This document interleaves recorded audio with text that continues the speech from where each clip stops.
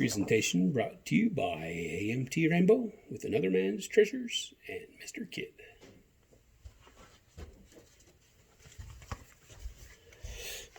Hi there, kids. Hope you liked Raggedy Ann and Andy yesterday. Well, just Raggedy Ann and Marcella, huh?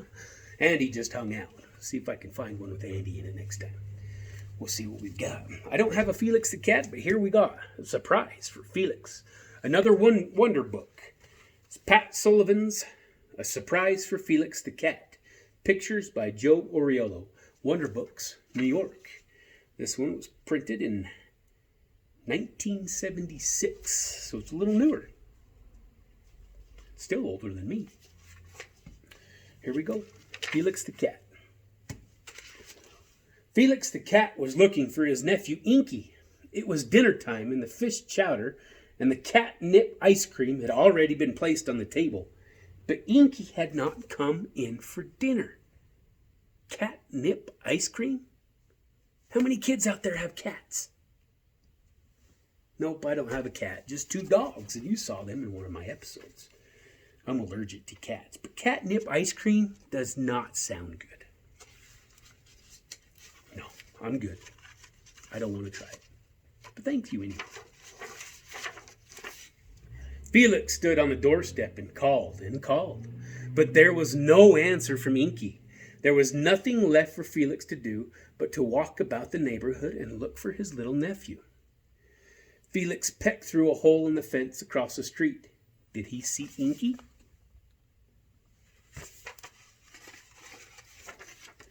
He saw three lady rabbits having a picnic on the lawn, but there was not a sign of Inky anywhere.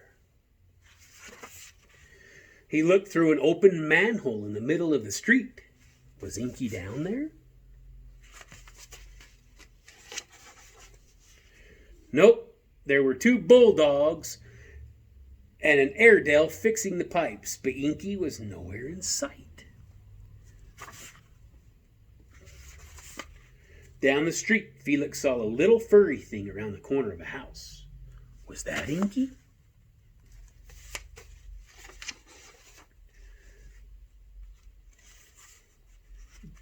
Dear me, no. It was only Mrs. Chipmunk having a chat with 4 robins and a blue jay. Now, where could little Inky be?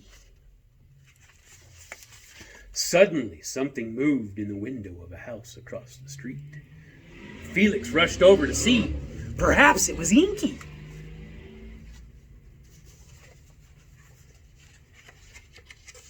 Somebody thinks they got a race car going down the street, huh?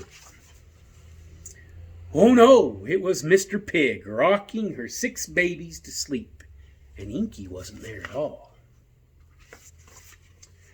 In the yard, Felix saw the branches of a tree rustle. Perhaps it was Inky playing tricks. What do you kids think? Was it Inky in the tree? Well, it wasn't. It was only Mr. and Mrs. Squirrel playing hide and seek with their 3 children. And still no Inky anywhere. Then Felix heard music coming from the next house. He peeked through the keyhole, for surely Inky must be in that house.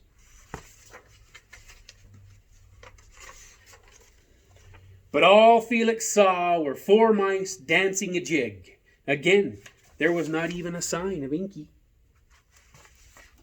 Well, Felix wandered through a gate and down a path. Beside the walk was a big wooden box with bars on it. Perhaps Inky was in there. Felix pressed his nose to the bars. Do you think you found Inky? What do you kids think you found in a little box with bars on it? Probably a dog, huh? Yeah, maybe it's Inky. I don't know. We better find out, right? Only one way to find out. Oh! He did not. And the cross old lion in the cage in the zoo didn't like to have his dinner interrupted. The lion growled and roared so loudly that Felix ran straight home to hide. It was a lion. Oh, jeez. And what do you suppose Felix found when he got to his own house? Why? The fish chowder and catnip ice cream had been eaten down to the very last nibble. And what else do you think Felix found? Why, it was Inky, in bed, of course, where all good children go after their supper. So let that be a challenge to you, kids. Let's be like Inky and get our teeth brushed, get our jammies on after supper, read a book, or listen to Mr. Kidd read a book, and then we got to go right to bed, right? Good. Because parents got to work in the morning, so we don't want to keep them up all night. All right, kids. Well, thank you. A surprise for Felix. It was a fun one.